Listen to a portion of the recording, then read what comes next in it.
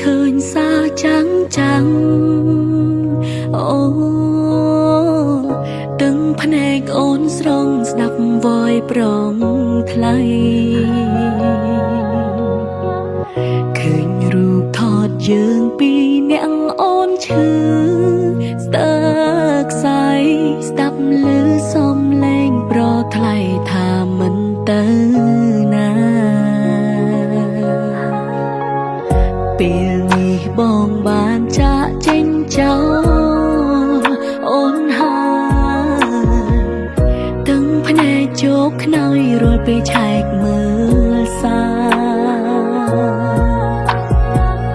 យ៉ាងហោចណាស់គិតដល់រឿងពួកយើងតស៊ូយ៉ាងណាហេតុអ្វីជីវ៉ាធ្វើយ៉ាងហ្នឹង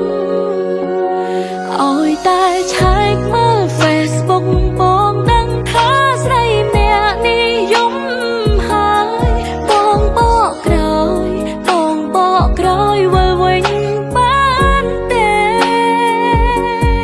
អាណិតនារីម្នាក់នេះផងដែលនៅនឹកបងគ្រប់ពេលអិនហើយបងដឹងទេ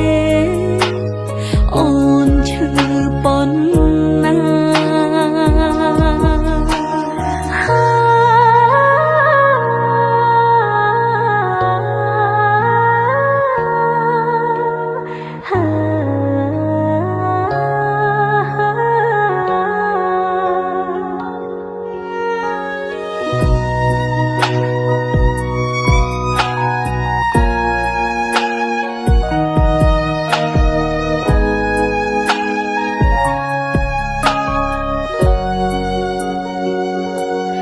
ឲ្យតែឆែកមើល Facebook បងដឹងថាស្រីម្នាក់និយម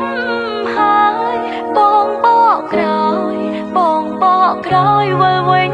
បានទេអា